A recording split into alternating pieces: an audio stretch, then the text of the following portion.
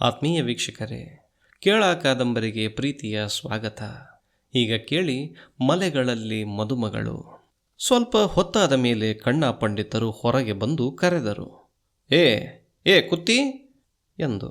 ಗುತ್ತಿ ಎಲೆಡಿಕೆಯನ್ನು ಯಾಂತ್ರಿಕವಾಗಿ ಎಂಬಂತೆ ಜಗಿಯುತ್ತಾ ನೆಲದ ಕಡೆಗೆ ನೋಡುತ್ತಾ ಕುಳಿತವನು ತಲೆ ಎತ್ತಲಿಲ್ಲ. ಮರದಳಕಲಿನ ಎಳೆ ಬಿಸಿಲು ಅವನ ಸುತ್ತಲೂ ಬಲೆ ಬಲೆ ನೇಯ್ದಿತ್ತು. ಅಲ್ಲಾಡುತ್ತಿದ್ದ ದವಡೆಯೊಂದು ವಿನಃ ವಿಗ್ರಹದೋಪಾದಿಯಲ್ಲಿ ಕುಳಿತಿದ್ದ ಹೊಲೆಯನನ್ನು ನೋಡಿ ಮಲಯಾಳಿ ಪಂಡಿತರಿಗೆ ಸೂಜಿಕವಾಯಿತು. ಅರೆನೆಗೆಗೂಡಿ ಮತ್ತೊಮ್ಮೆ ತುಸು ಗಟ್ಟಿಯಾಗಿಯೇ ಕೂಗಿದರು. ಏ ನಾಯಿ ಕುತ್ತಿ! ಆದರೂ ಗುತ್ತಿ ಮೊದಲಿನಂತೆಯೇ ಕುಳಿತಿದ್ದನ್ನು ಕಂಡು ಪಂಡಿತರು ವಕ್ರವಾಗಿ ಧರಿಸಿ ಹೋಗಿದ್ದ ಕಲ್ಲು ಕಟ್ಟಣೆಯ ಮೆಟ್ಟಿಲುಗಳನ್ನು ಕಾಲು ಜಾರಿ ತಿಂದು ನಿಧಾನವಾಗಿ ಎಚ್ಚರಿಕೆಯಿಂದ ಇಳಿಯತೊಡಗಿದರು. ಗುತ್ತಿ ನೆಲದ ಕಡೆಗೆ ನೋಡುತ್ತಿದ್ದುದೇನೂ ಹೌದು. ಹೋದ ರಾತ್ರಿಯ ಮಾರಿ ಮಳೆಯಲ್ಲಿ ತೇಲಿ ಬಂದು ಕುತ್ತೂರಿಯಾದಂತಿದ್ದ ಹಲಸಿನ ತರೆಗಿನ ನಡುವೆ ಬಿದ್ದಿದ್ದ ಒಂದು ಸಗಣೆ ಮುದ್ದೆಯಿಂದ ಒಂದು ಓಡುಹುಳು ಸಣ್ಣದೊಂದು ಉಂಡೆಯನ್ನು ರಚಿಸಿ ಅದನ್ನು ಹಿಂದು ಮುಂದಾಗಿ ತನ್ನ ಹಿಂಗಾಲುಗಳಿಂದ ನೂಕಿಕೊಂಡು ಹೋಗುತ್ತಿತ್ತು. ಅತ್ಯಮೂಲ್ಯವಾದ ಪದಾರ್ಥವನ್ನು ಅತಿ ಪ್ರಯಾಸದಿಂದ ಸಾಗಿಸುವ ಸಾಹಸದಲ್ಲಿ ತೊಡಗಿದಂತಿತ್ತು ಅದರ ದೃಢ ಪ್ರಯತ್ನ. ಆ ಉಂಡೆ ಒಂದು ಸಣ್ಣ ದಿಬ್ಬವನ್ನು ಹತ್ತಿ ಅದರ ನೆತ್ತಿಗೆ ಬಂದೊಡನೆ ಮತ್ತೆ ಕೆಳಕ್ಕುರುಳಿತು. ಓಡುಹುಳು ಮತ್ತೆ ಅದನ್ನು ಬಳಸಾರಿ ತನ್ನ ಹಿಂಗಾಲುಗಳಿಂದ ತಬ್ಬಿ ಹಿಡಿದು ದಬ್ಬತೊಡಗಿತು. ಹೀಗೆ ಒಂದೆರಡು ಗೇಣು ಹೋಗುವುದರೊಳಗಾಗಿ ನಾನಾ ಅಡಚಣೆಗಳಿಗೆ ಒಳಗಾದರೂ ಧೃತಿಗೆಡದೆ, ನಿರಾಶವಾಗದೆ, ಕಿನಿಸಿಕೊಳ್ಳದೆ ಪ್ರಶಾಂತವಾಗಿಯೇ ತನ್ನ ಕೆಲಸವನ್ನು ಸಾಗಿಸುತ್ತಿತ್ತು. ಗುತ್ತಿಯ ಕಣ್ಣೇನೋ ಅದನ್ನೇ ಕುತೂಹಲದಿಂದ ನೋಡುತ್ತಿತ್ತು. ಅವನ ಮನಸ್ಸಿನ ಹೊರ ಅಂಚು ಅದರ ದೃಢತೆಯ ವಿಚಾರವಾಗಿ ಚಿಂತಿಸಿ ಶ್ಲಾಘಿಸುತ್ತಲೂ ಇತ್ತು. ಆದರೆ ಅಷ್ಟರಿಂದಲೇ ಅವನು ಆ ಪರಿ ತಲ್ಲೀನನಾಗಿ ಕುಳಿತಿರಲು ಸಾಧ್ಯವಾಗುತ್ತಿರಲಿಲ್ಲ. ಕಣ್ಣ ಪಂಡಿತರು 2 ಸಾರಿ ಕರೆದರೂ ಓಗೊಳ್ಳದಿರುವಷ್ಟು ಅವನ ಮನಸ್ಸಿನ ಕೇಂದ್ರವೆಲ್ಲ ವ್ಯಾಪಿಸಿದ್ದು ವಿಚಾರ ಬೇರೆಯಾಗಿತ್ತು. ಓಡುಹುಳುವಿನ ಸಗಣಿ ಉಂಡೆಯ ಸಾಹಸ ಒಳಗಿನ ಏಕಾಗ್ರತೆಗೆ ಆಲಂಬನ ರೂಪವಾದ ಬಹಿರಿಂದ್ರಿಯ ಘಟನೆ ಮಾತ್ರವಾಗಿತ್ತು. ಅವನ ಅಂತಃಕರಣವೆಲ್ಲ ಆಕ್ರಮಿಸಿದ್ದ ವಿಚಾರವೆಂದರೆ ತಿಮ್ಮಿಯ ಅಪಹರಣ, ಅದರ ಸಾಧ್ಯಾಸಾಧ್ಯತೆ, ಅದರ ಅಪಾಯ, ಅದರಿಂದ ತಪ್ಪಿಸಿಕೊಳ್ಳುವ ಉಪಾಯ, ತಿಮ್ಮಿಯ ಅವ್ವ ಸೇಸೆಯಿಂದ ಒದಗಬಹುದಾದ ಸಹಾಯ, ತಿಮ್ಮಿಯ ಅಪ್ಪ ದೊಡ್ಡ ಬೇರನಿಂದ ಸಂಭವಿಸಬಹುದಾದ ಅಡಚಣೆ, ಎಲ್ಲಿಯಾದರೂ ಸಿಕ್ಕಿಬಿದ್ದರೆ ಗೌಡರಿಂದ ತನಗೆ ಎಂದು ಯೋಚಿಸುತ್ತಾ ಕುಳಿತಿದ್ದ. ಏನೋ ಕುತ್ತಿ, ಹೀಗೆ ಕೂತು ಬಿಟ್ಟಿದ್ದೀಯಲ್ಲ ಎಂದರು ಕಣ್ಣ ಪಂಡಿತರು. ಗುತ್ತಿ ದಿಗಿಲು ಬಿದ್ದವನಂತೆ ಎದ್ದು ನಿಂತು ಅಚ್ಚರಿಯಿಂದ, ಅಯ್ಯೋ, ಯಾವ ಮಾಯಕದಾಗೆ ಬಂದು ಬಿಟ್ರಿ ಈಟು ಹತ್ರ ಎಂದು ಹಲ್ಲು ಬಿಟ್ಟನು. ಏನೋ ನೋಡುತ್ತಾ ಇದ್ದೀಯಲ್ಲ, ನಾನು 2 ಸಲ ಕೂಗಿದೆ, ನಿನಗೆ ಇತ್ತ ಧ್ಯಾಸವೇ ಇರಲಿಲ್ಲ ಎಂದರು ಪಂಡಿತರು. ಪಂಡಿತರು ಕೇಳಿದ ಪ್ರಶ್ನೆಯನ್ನೇ ಗಮನಿಸದೆ ಗುತ್ತಿ ಅವರ ಕೈಲಿದ್ದ ಅಂತ್ರವನ್ನೇ ಬಯಸಿ ನೋಡುತ್ತಾ ತನ್ನ 2 ಕೈಗಳನ್ನು ಅಂಜಲಿ ಬದ್ಧವನ್ನಾಗಿ ಮಾಡಿ ಯಾಚಿಸುವಂತೆ ನೀಡಿದನು. ಹಾಗೆ ಮಾಡುವಾಗ ಅವನ ಕೈಯಲ್ಲಿದ್ದ ಬಗಣಿ ದೊಣ್ಣೆ ಕಂಕುಳು ಸೇರಿತು. ಕೈಯಲ್ಲಿ ಶರಣಾರ್ಥಿ, ಬಗಲಲ್ಲಿ ದೊಣ್ಣೆ ಎಂಬ ಗಾದೆ ನಿನ್ನದು. ಮತ್ತೆ ನಾನು ಹೇಳಿದ್ದು ಮರಿಬೇಡ, ತಿಳಿಯಿತೆ ಎನ್ನುತ್ತಾ ಕಣ್ಣ ಪಂಡಿತರು ಅವನ ಕೈಗೆ ಅಂತ್ರ ಹಾಕಿದರು. ಕೈ ಸೋಕೀತೆಂದು ಹೆದರಿ ತುಸು ಎತ್ತರದಿಂದಲೇ ತುಂಬ ಗೌರವದಿಂದಲೂ ಅಭಿಮಾನದಿಂದಲೂ ಆ ಪವಿತ್ರ ವಸ್ತುವನ್ನು ಬೊಗಸೆಯಲ್ಲಿ ಅಪ್ಪಿ ಹಿಡಿದು ಆ ಜೋಡಿಸಿದ್ದ ಕೈಯಿಂದಲೇ ಸೊಂಟ ಬಗ್ಗಿ ನಮಸ್ಕಾರ ಮಾಡಿ ಹೊರಟೇ ಬಿಟ್ಟನು ಗುತ್ತಿ.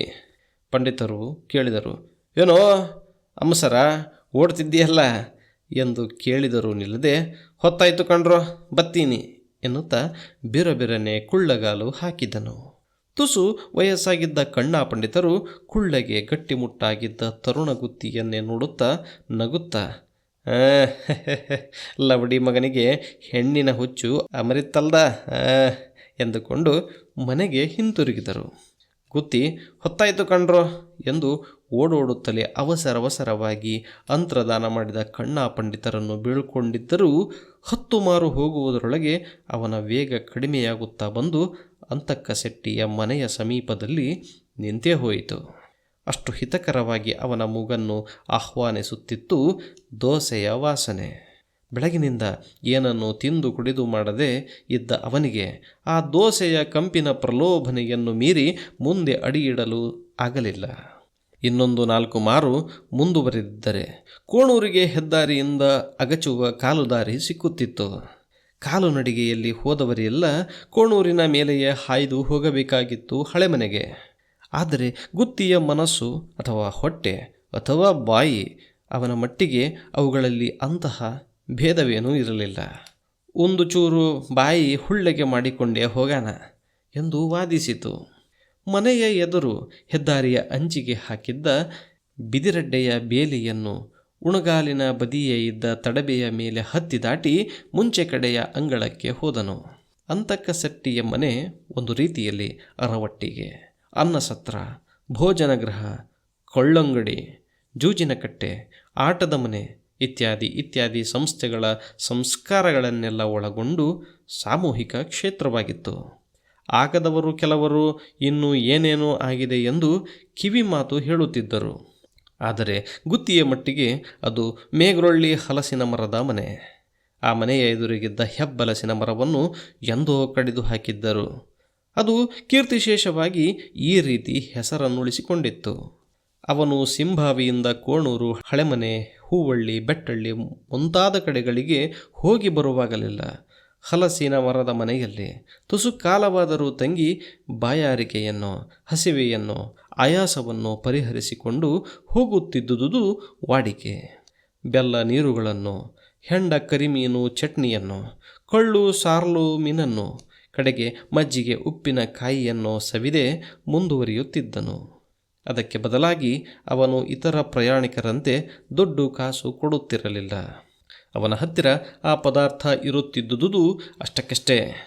ಜಾತ್ರೆಗೋ ತೇರಿಗೋ ಹೋಗುವಾಗ ಹೆಗ್ಗಡೆಯರು ಹತ್ತಿರ ಗೋಗರೆದು 1-2 ಆಣೆ ದಕ್ಕಿಸಿಕೊಂಡರೆ ಅದೇ ಯಥೇಚ್ಛ. ಆದರೆ ಕಾಡಿನಲ್ಲಿ ಬರುವಾಗ ಅದು ಸಮಯವಾಗಿದ್ದರೆ ಒಳ್ಳೆಯ ಎಳೆ ಕಳಲೆ ಮುರಿದು ತಂದುಕೊಡುತ್ತಿದ್ದನು. ಪಯಣ ಕೈಗೊಳ್ಳುವ ಸಮಯದಲ್ಲಿ ತಾನು ಒಡ್ಡಿದ್ದ ಶೆಬೆಗೆ ಕಾಡುಗೋಳಿಯೋ ಚಿಟ್ಟುಗೋಳಿಯೋ ಸಿಕ್ಕು ಬಿದ್ದಿದ್ದರೆ ಅದನ್ನು ಎಷ್ಟೋ ಸಾರಿ ತಂದುಕೊಡುತ್ತಿದ್ದನು. ಅಣಬೆಯ ಕಾಲದಲ್ಲಿ ಅಕ್ಕಿ ಅಳಿಬಿ, ಹೆಗ್ಗಾಲಳಬಿ, ಚೊಳ್ಳು ಕಳಿಬಿ, ಕಾಸರ್ಕನಳಬಿ ಇವುಗಳನ್ನು ತಂದುಕೊಡುತ್ತಿದ್ದನು. ಒಮ್ಮೊಮ್ಮೆ ಇತರರ ಅಡಿಕೆ ಬಾಳೆ ತೋಟಗಳಲ್ಲಿ ಹಾದು ಬೇಲಿಯ ತಡಬೆ ದಾಟಿ ಬರುವ ಪ್ರಮೇಯ ಒದಗಿದಾಗ ಬಾಳೆಯ ಗೊನೆಗಳನ್ನು ತಂದುಕೊಡುತ್ತಿದ್ದುದೂ ಉಂಟು. ಅಲ್ಲದೆ ತಾನು ಅಲ್ಲಿಗೆ ಬಂದಾಗ ಅಂತಕ್ಕ ಶೆಟ್ತಿಯವರಿಗೆ ಏನಾದರೂ ತುರುತ್ತಾಗಿ ಆಗಬೇಕಾದ ಸಣ್ಣ ಪುಟ್ಟ ಕೆಲಸಗಳನ್ನೂ ಮಾಡಿಕೊಡುತ್ತಿದ್ದನು. ಅಂಗಳಕ್ಕೆ ಹೋದವನು ಮುಂದುಗಡೆ ನೇತು ಹಾಕಿದ್ದ ಮಂತ್ರದ ತೆಂಗಿನಕಾಯಿಯನ್ನು ನೋಡಿ ದೂರದಲ್ಲಿಯೇ ನಿಂತನು. ಹುಲ್ಲಿನ ಮಾಡು ಕುಸಿಯಾಗಿದ್ದುದರಿಂದ ಜಗುಲಿ ಕಿರುಜಗುಲಿಗಳಲ್ಲಿ ಕವಿದಿದ್ದ ಅರೆಗತ್ತಲೆಯಲ್ಲಿ ಯಾರೋ ಮೇಲುಜಾತಿಯವರು ಚಾಪೆಯ ಮೇಲೆ ಮಲಗಿಯೋ, ಕಂಬಳಿಯ ಮೇಲೆ ಕುಳಿತೋ, ಮೂಲೆಯಲ್ಲಿ ಕರು ಹಿಡಿದು ಕೊಳೆಯಾಗಿದ್ದ ಬೆಂಚಿನ ಮೇಲೆ ಒರಗಿಯೋ ಇದ್ದುದರಿಂದ ಅಲ್ಲಿ ತನಗೆ ಸ್ವಾಗತವಾಗಲಿ ಪ್ರವೇಶವಾಗಲಿ ಎಂದೆಂದೂ ದೊರೆಯದೆಂದು ಹುಟ್ಟಿನಿಂದಲೇ ಅರಿತಿದ್ದ ಗುತ್ತಿ ಮಾಡು ಸಂದಿಯ ಕಡೆಯಿಂದ ಮೂಗು ಮುಚ್ಚಿ ಹಿಡಿದುಕೊಂಡು ಹಿತ್ತಲ ಕಡೆಯ ಅಂಗಳಕ್ಕೆ ಬೇಗನೆ ಜಾರಿದನು. ಅಷ್ಟೊಂದು ಮಲಮೂತ್ರಾದಿ ಸಮ್ಮಿಶ್ರಣದ ದುರ್ಗಂಧವಿತ್ತು ಅಲ್ಲಿ. ಹಿತ್ತಲು ಕಡೆಯಿಂದ ಒಂದು ಹುಲ್ಲು ಜೋಪಡಿ ದನದ ಕೊಟ್ಟಿಗೆಯಾಗಿತ್ತು. ಅದಕ್ಕೆ ಗೋಡೆ ಇರಲಿಲ್ಲ. ಕಂಬದಿಂದ ಕಂಬಕ್ಕೆ ಬಿದುರು ಗುಡ್ಡೆಗಳನ್ನು ಕಟ್ಟಿ ಬೇಲಿಯ ತರಹದ ಒಡ್ಡು ಹಾಕಿದ್ದರು. ಬಡಕಲು ಆದ 1-2 ದನಗಳು, ಒಂದು ಸುಪುಷ್ಟವೆನ್ನಬಹುದಾದ ಎಮ್ಮೆಯೂ ಇದ್ದವು. ಗುತ್ತಿಯ ಕಣ್ಣಿಗೆ ಥಟಕ್ಕನೆ ಗೋಚರವಾದುದೆಂದರೆ ಕೊಟ್ಟಿಗೆಯ ತುಂಬ ತುಂಬಿದ್ದ ಬೆಳಕು. ನೋಡುತ್ತಾನೆ, ಅದರ ಹುಲ್ಲು ಮಾಡೆಲ್ಲ ಹಾರಿ ಹೋಗಿದೆ. ಹಾರಿದ ಹುಲ್ಲು ಅಲ್ಲಲ್ಲಿ ಕೆದರಿ ಬಿದ್ದಿದೆ. ಕಳೆದ ರಾತ್ರಿಯ ಮಳೆಗಾಳಿಯ ಪ್ರಭಾವ ಸಿಂಬಾವಿ, ಸುತೂರುಗುಡ್ಡ, ಲಕ್ಕುಂದಗಳಲ್ಲಿ ಮಾತ್ರವಲ್ಲದೆ ಮೇಗರವಳ್ಳಿಯೂ ಪೂರಾ ಕೆಲಸ ಮಾಡಿದೆ ಎಂದುಕೊಂಡು ತನ್ನ ಆಗಮನದ ಸೂಚನಾರ್ಥವಾಗಿ 1-2 ಬಾರಿ ಕೆಮ್ಮಿದನು. ಪರಿಣಾಮವಾಗಿ ಹಿತ್ತಲು ಕಡೆ ಅಂಗಳಕ್ಕೆ ತೆರೆಯುವ ಬಾಗಿಲು ಸಶಬ್ದವಾಗಿ ಅಲ್ಲಾಡಲು ಪ್ರಾರಂಭವಾಯಿತು. ಕಿರ್ರೋ ದಡಾರ್ ಬಡಾರ್ ಎಂದು ಹಿಂದಕ್ಕೂ ಚಲಿಸಿತು. ಬಳೆ ತೊಟ್ಟಿದ್ದ ಬಿಳಿಯ ಕೈಯೊಂದು ಬಾಗಿಲನ್ನು ಸಶ್ರಮವಾಗಿ ಎತ್ತಿ ನೂಕಿ ಅಗುಲಿಸಿ ದಬ್ಬುತ್ತಿದ್ದುದು ಕಾಣಿಸಿತು. ಗುತ್ತಿ ನೋಡುತ್ತಿದ್ದಂತೆ ಅಂತಕ್ಕನ ಮಗಳು ಕಾವೇರಿ ಹೊರಗೆ ತಲೆ ಹಾಕಿ ನೋಡಿದಳು. ನೋಡಿ ಗುರುತಿಸಿ ನಗುಮುಗಳಾಗಿ, ಇದೇನೋ ಗುತ್ತಿ, ಇಷ್ಟು ಹೊತ್ತಾರೆ, ಎಲ್ಲಿಂದ ಬಂದೆಯೋ? ಹಳೆ ಮನೆಯಿಂದಲೋ ಬೆಟ್ಟಳ್ಳಿಯಿಂದಲೋ ಎಂದು ಪ್ರಾಯದ ಹೆಣ್ಣಿನ ಇನಿದನಿಯಿಂದ ಮುದ್ದಾಗಿ ಕೇಳಿದಳು. ಮತ್ತು ತನಗಿಂತಲೂ ಕುಳ್ಳಾಗಿದ್ದರೂ ಬೆಳ್ಳಗೆ ಜಟ್ಟಿಯಂತೆ ದೃಢಕಾಯನಾಗಿ ಲಕ್ಷಣವಾಗಿದ್ದ ಹೊಲೆಯನನ್ನು ಪ್ರಶಂಸನೀಯ ದೃಷ್ಟಿಯಿಂದ ಈಕ್ಷಿಸಿದಳು. ಹೊಲೆಯನಾದುದರಿಂದಲೇ ಹಾಗೆ ಈಕ್ಷಿಸುವುದರಲ್ಲಿ ಕಾವೇರಿಗೆ ಅಭ್ಯಂತರವೇನೂ ಇರಲಿಲ್ಲ. ತನ್ನ ವರ್ಗಕ್ಕೆ ಸೇರದಿರುವುದು ಮತ್ತೊಂದು ಸ್ಫುರದ್ರೂಪಿ ಗಂಡು ಪ್ರಾಣಿಯನ್ನು, ಒಂದು ಮನೋಹರವಾದ ಪಕ್ಷಿಯನ್ನು, ಒಂದು ಸುಲಕ್ಷಣವಾದ ಅಂಕದ ಕೋಳಿ ಹುಂಜನನ್ನು, ಒಂದು ಸುಪುಷ್ಟವಾದ ಸುಂದರ ಗೂಳಿಯನ್ನು ನೋಡುವುದರಲ್ಲಿ ತಪ್ಪೇನು? ಅಸ್ಪೃಶ್ಯನಾದ ಹೊಲೆಯ ಮನುಷ್ಯ ಜಾತಿಯವನಾಗಿದ್ದರೂ ತನ್ನ ಜಾತಿಯೂ ಅಲ್ಲದೆ, ತನಗೆ ಸರಿಸಮಾನ ಜಾತಿಯೂ ಅಲ್ಲದೆ, ಅತ್ಯಂತ ಕೊನೆಯ ಕೀಳು ಜಾತಿಯವನಾದ್ದರಿಂದ ಹರೆಹರೆಯ ಕೊಂಬಿನ ಚಲುವಿನ ಹೋರಿಮಿಗವನ್ನು ಮೆಚ್ಚಿ ನೋಡುವಂತೆ ನೋಡಿದಳು. ತನಗೂ ಅವನಿಗೂ ಮಾನವೀಯವಾದ ಗಂಡು ಹೆಣ್ಣಿನ ಸಂಬಂಧ ಭಾವನೆಯ ಸುಳಿವು ಸರ್ವಥಾ ಅಸಂಭವ, ನಿಸರ್ಗ ವಿರುದ್ಧ, ಅಸ್ವಾಭಾವಿಕ, ಅಸಾಧ್ಯ ಎಂಬ ಪ್ರಚನ್ನ ಧೈರ್ಯ ಅವಳ ನೋಟಕ್ಕೆ ನಿಸ್ಸಂಕೋಚತೆಯ ಧರ್ಮರಕ್ಷೆಯಾಗಿತ್ತು. ಅದೇ ಕೆಚ್ಚಿನಿಂದಲೇ ಹೊಲೆಯನು ಸೆಟ್ಟರ ಹೆಣ್ಣಿನ ಚಲುವನ್ನು ನೋಡುತ್ತಾ ಪ್ರಸನ್ನಮುಖಿಯಾಗಿ, ಸಿಂಭಾವಿಯಿಂದಲೇ ಬಂದೆ ಕಣೋ, ರಾತ್ರಿ ಮಳೆಯೇ ಜಪ್ಪಿ ಲಕ್ಕುಂದದಾಗೆ ಉಳಿದಿದ್ದೆ. ಹಳೆಮನೆ ಹೆಗ್ಗಡೆಯರಿಗೆ ಕಾಗದ ಕೊಟ್ಟಾರೆ ನಮ್ಮ ಹೆಗ್ಗಡೆಯವರು, ಅದಕ್ಕೆ ಬರ್ದಂಡು ಹಾಕ್ತಿದ್ದೀನಿ ಎಂದನು. ಯಾರ ಹತ್ರನೇ ಪಟ್ಟಂಗ ಹೊಡಿತಿದ್ದೀಯಾ? ಹೆಣ್ಣು ಧ್ವನಿಯೊಂದು ಒಳಗಿನಿಂದ ನೀಳವಾಗಿ ಕೇಳಿಸಿತು, ತುಳು ಭಾಷೆಯಲ್ಲಿ. ಕಾವೇರಿ ಕನ್ನಡದಲ್ಲಿಯೇ ರಾಗವಾಗಿ ಕೂಗಿದಳು, ನಾಯಿ ಗುತ್ತಿ ಬಂದಿದ್ದಾನೆ ಅಬ್ಬೆ, ಸಿಂಭಾವಿ ನಾಯಿ ಗುತ್ತಿ ಎಂದವಳೆ ಗುತ್ತಿಯ ಕಡೆಗೆ ತಿರುಗಿ, ಹೌದಾ, ಎಲ್ಲಿ ಹೋಯಿತೋ ನಿನ್ನ ಹುಲಿಯ ಎಂದು ಪ್ರಶ್ನಿಸಿ ಗಟ್ಟಿಯಾಗಿ ನಕ್ಕು ಬಿಟ್ಟಳು. ಅದರದ್ದು ಇದೆಯಲ್ಲ, ಹೋದಲ್ಲಿ ತನಕ ಬಾಲ ಮೂಸೋದು. ಲಕ್ಕುಂದದಾಗೆ ಸೆಣಬಿನ ನಾಯಿ ಇತ್ತು ಅಂತ ಕಾಣ್ತದೆ, ಅಲ್ಲೇ ಕೂತು ಬಿಡ್ತು ಎಂದನು ನಾಯಿ ಗುತ್ತಿ.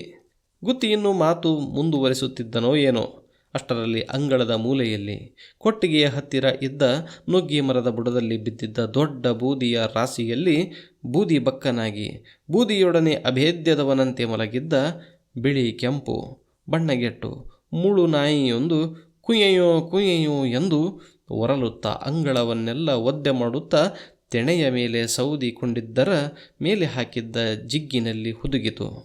ಗುತ್ತಿ ನೋಡುತ್ತಾನೆ, ಹುಲಿಯ ನಿಡಿದಾಗಿ ಉಸಿರೆಳೆದು ಕೆನ್ನಾಲಿಗೆಯನ್ನು ಚಾಚಿ ಏತುತ್ತುದರಿಂದ ತನ್ನನ್ನು ಹುಡುಕಿಕೊಂಡು ಮೂಗಾಳಿ ಹಿಡಿದು ಲಕ್ಕುಂದದಿಂದ ಓಡುತ್ತಲೇ ಬಂದಿರಬೇಕು ಎಂದು ಗೊತ್ತಾಗಿ, ಗುತ್ತಿ ಹಕ್ಕೊಳ್ರು, ನೀವು ನೆನೆಸಿದ್ದಂಗೆ ಹಾಜರು, ಹಡಬಿಗೆ ಹುಟ್ಟಿದ್ದು ಎಂದನು.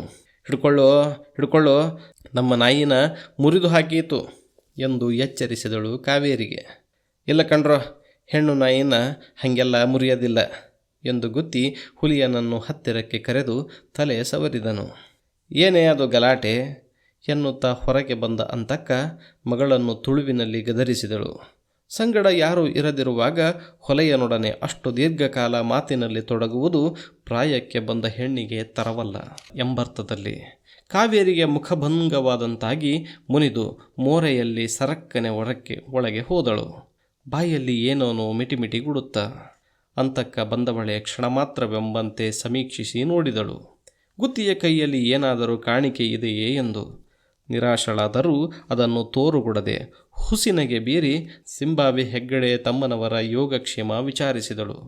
ಆ ಮಾತು ಈ ಮಾತು ಆಡಿ ಕೊಟ್ಟಿಗೆಯ ಕಡೆ ನೋಡುತ್ತಾ ಅರ್ಥಪೂರ್ಣವಾಗಿ ಕಿರುನಗೆ ದೋರಿ, ಒಳ್ಳೆಯ ಸಮಯಕ್ಕೆ ಕರೆಸಿದಂತೆ ಬಂದೆ ಮಾರಾಯ, ಅಷ್ಟೊಂದು ಉಪಕಾರ ಆಗ್ತದೆ ನಮ್ಮ ಕೊಟ್ಟಿಗೆಯ ಎನ್ನುವಷ್ಟರಲ್ಲಿಯೇ ಗುತ್ತಿಗೆ ಸರ್ವವೂ ವಿದಿತವಾಗಿ, ನೀವು ಹೇಳಬೇಕೇ, ಒಂದು ಒಪ್ಪತ್ತಿನಲ್ಲೇ ಹೊಚ್ಚಿ ಕೊಡ್ತಿದ್ದೆ, ಆದರೆ ನಾನೀಗ ಹಳೆಮನೆ ಹೆಗ್ಗಡೆಯರಿಗೆ ಬೇಗ ಕಾಗದ ಕೊಟ್ಟು ಅಲ್ಲಿಂದ ಬೆಟ್ಟಳ್ಳಿಗೆ ಹೋಗಬೇಕಾಗಿದೆ ಎಂದು ನಂಟನ ಮನೆಗೆ ಹೋಗುವಾಗ ತಾನು ಹಾಕಿಕೊಂಡಿರುವ ವಿಶೇಷ ಉಡುಪಿನ ಕಡೆಗೆ ಅಂತಕ್ಕನ ಗಮನ ಸೆಳೆಯುವ ಸಲುವಾಗಿ ತಾನೇ ತನ್ನನ್ನು ಕೊರಳು ಬಾಗಿಸಿ ನೋಡಿಕೊಂಡನು.